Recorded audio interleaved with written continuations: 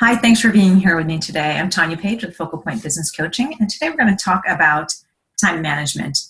It frankly surprises me how often it comes up with people that time management is something they want to talk about.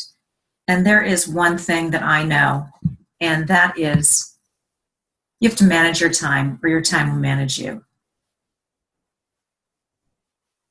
Who here finishes their to-do list every day?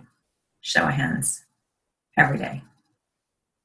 Yeah, nobody. Some of us don't make to-do lists. That's another part of the discussion that we'll have as well, because that actually is a helpful space to be in.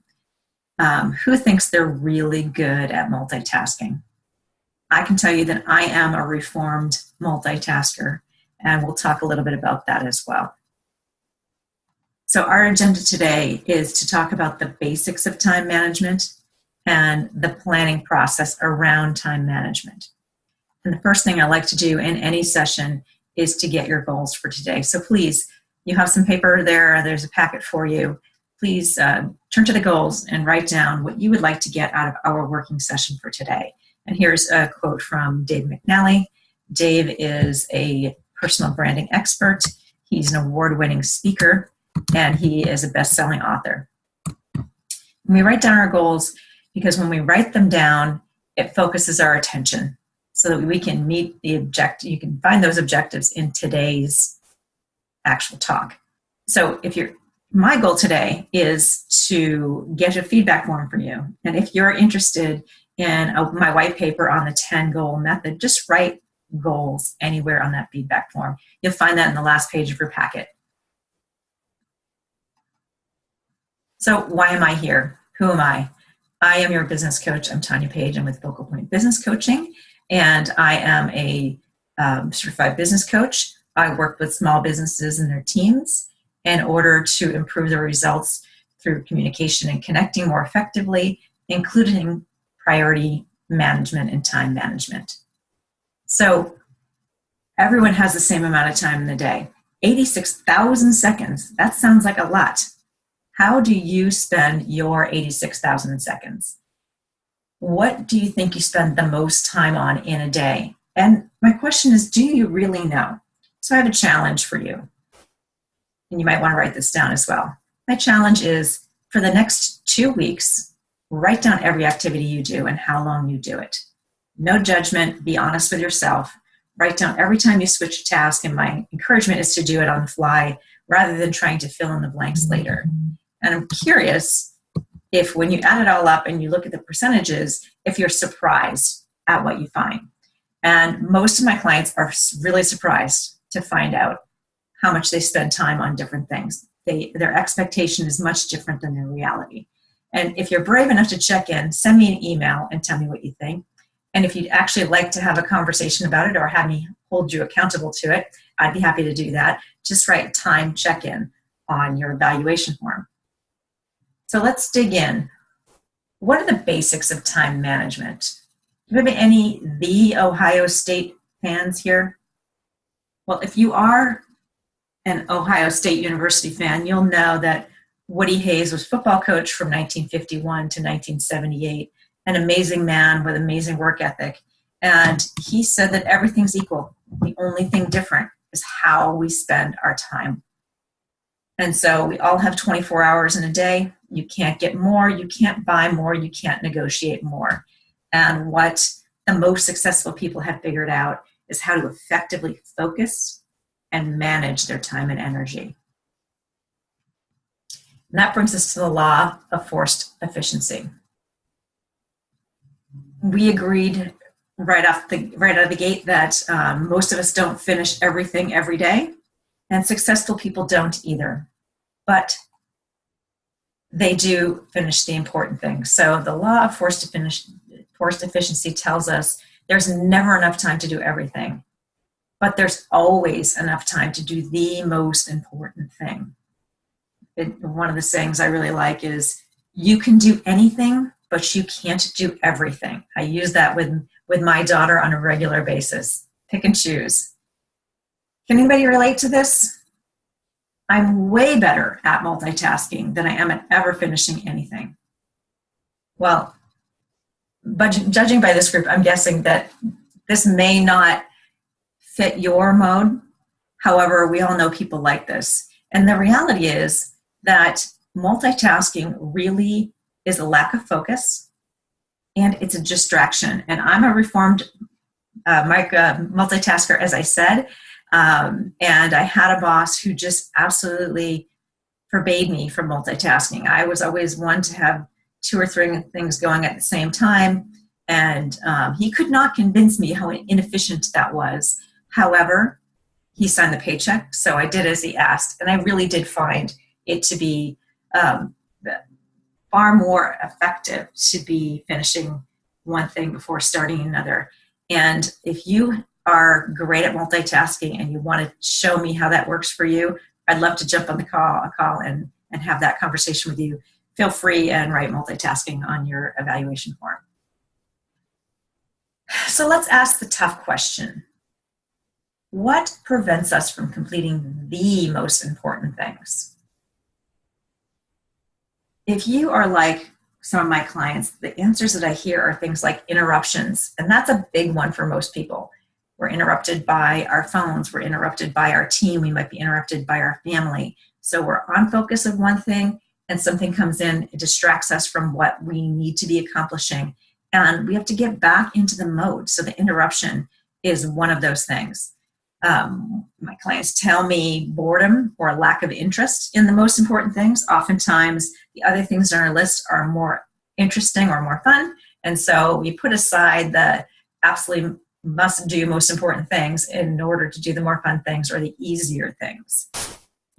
People tell me there aren't enough hours in the day, and I would say that, again, we all have the same number of hours, and what's the most important thing? I put this on my Facebook as a question as I prepared for this, and I asked my friends and family, what keeps you from completing the most important things? And 2 people almost immediately at the same time, one wrote fear, and the other wrote fear of failure. And I thought, wow, that is really interesting that those were 2 of my first answers that came up. And so I want to look at getting clear on where we're going and how do we overcome that fear? How do we get to the success? And then, of course, I hear conflicting priorities. Well, wait a minute, that's really interesting. Conflicting priorities. And this brings us back to multitasking. So this sort of tongue-in-cheek definition of multitasking is the inability to prioritize. And I think that's very poignant to the discussion of time management. It's less about time management, and the real focus is priority management. And so, what are the keys to priority management? I alluded to this, both of these previously. The first is clarity.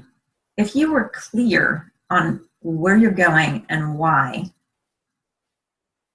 would it be easier to get through the things that must be done? The other is focus. And to focus, we must have that planned out. So we're going to move into the planning process. And again, I want you to focus on, think on paper. I want you to turn the page and write your top 3 goals.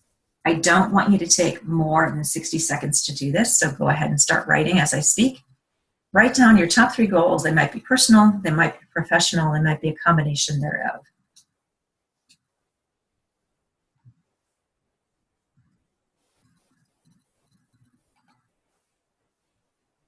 So you have 3. I want you to circle the one goal that is most important, that if you got that accomplished, you would have the most feeling of success, you would have the most pride, you would be able to move into your other goals, you would get the furthest, maybe you'd be the most financially satisfied. What's the one? And next thing we're going to do is to create a to-do list around that. So you're going to create a list of all of the action steps and activities that need to happen for you to complete that goal. So right now, I'd like you to just do that briefly. You might not be exhaustive in the time that we have, and you'll continue to add to it, and you should continue to add to it, because as we think things through, we often think of adding or subtracting things that make sense in terms of our goals and activities. I also want you to include between now and the end of the day, what are the activities that you need to complete? Write a list of the activities that you need to complete in that time frame. And we're going to take this list and we're going to determine priorities around it based on what is urgent and what is important, what is unimportant and what is not urgent. And this is probably not new to most people in terms of these quadrants, but we're going to look at it maybe in a little different way than you have before. So you have your list. Hopefully it's fairly complete. You probably know what you need to accomplish before the end of today. And this is what I want you to do with your list. We're going to prioritize on an ABCDE method. Now, every item that you have on your list that absolutely must be done today, it's critical to you achieving your goals and to getting through the day. There'll be significant consequences if you do not absolutely do it today. Write an A next to that. Next, the things we better do. They need to be done. They're not a top priority. The consequences are maybe limited if you don't do it today, but it'd be better to do it than to wait. And yes, you can have more than one A and more than one B and more than one C, as we're looking at here. Now, your C's are your could do. They could be done today, they could be done tomorrow, they could be done next week without significant consequences. D's are the things that you can delegate. These are some of my favorites. And this is you might guess if I was a multitasker, I might also have some issues with delegation, a learned skill for me. To be able to give something to somebody else that wouldn't do it the same as I would do it, but would do it in a satisfactory way, would be done well enough, that's delegation. And if someone else can do a $2 job for $2 instead of for $200, why wouldn't I delegate that? I also put in this category my delay things I'm waiting on somebody else to get back to me on, or for some reason, whether it's time or anything else, I'm on a delay mode, but I want to keep it on my list because I don't want to lose sight of it. And then finally is our E. E is eliminate. These are the things, for me, oftentimes this comes up as they were my C's often, or maybe they were my D's in terms of delay, and they fix themselves. They actually become a non-task, a non-item. It's no longer important. And so I'm eliminating them. Feels good to cross those things off. It also feels good to realize that I didn't spend my focused time on them. So go ahead and go through your list, A through E, write on each one of them things that absolutely must be done, and so forth. And if you're like most people, you have more than one A item, or B, C, D. So put next to them A1 for the most important item, A2 for the second, and so on with your list. How do we determine priorities? As you look at this, you're going to look at your A1, and this is what you're going to do with your focus time. Nothing else until your A1 is done. And I mean nothing else. Not email, not LinkedIn, not your cell phone. Please put it away. Check it in your time and put it away. After you're done with A1, you're going to go on to A2. And you're not going to do a B until your A's are done. And you're going to ask yourself throughout the day, is this the most important thing I can be doing right now to achieve my goal?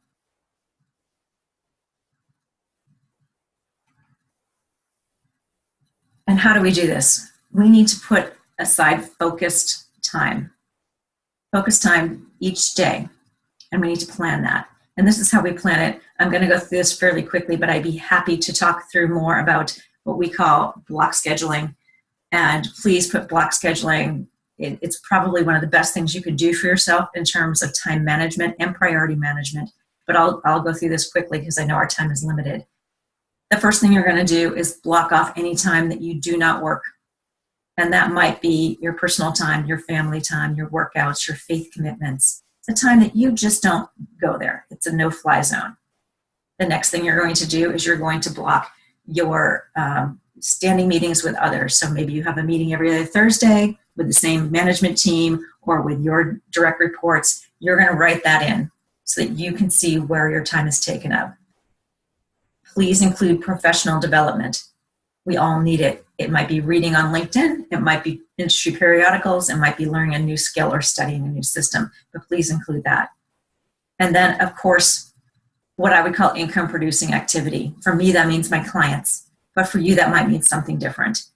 What are the standing things that you have on a week in and week out basis? And I do have a blank block calendar, and it will walk you through how to fill it in. Please put block calendar on your feedback form if you would like to have that from me, and I'd be happy to schedule time to discuss it if you need more information. Important, important, important. Include your fitness. You got to schedule it. It's good for you. Include buffer time. Even if it's between 2 back-to-back phone meetings, you need just a little bit of time to get out of your chair, get a cup of coffee, use the facilities, get a glass of water, just walk around the office. Do something that gets you from one task into the next task. You want to be able to be present in both of them. So here's an example of one of my old block calendars. You can see my gray time. That's my no-fly zone. I have some light gray, whereas I get to decide whether I work at that point. But you also see, very importantly, early in the morning I have admin time, and in the late afternoon, evening, I have planning time. And that's when I create my A, B, C, D, E prioritization list in the late afternoon, so that I know the first thing tomorrow, I know what's important. You can also see by this where the holes are.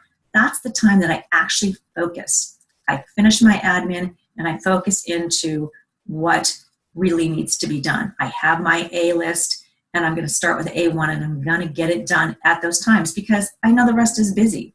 As you can see, my Monday and Tuesday are pretty packed. I don't have a lot of wiggle room.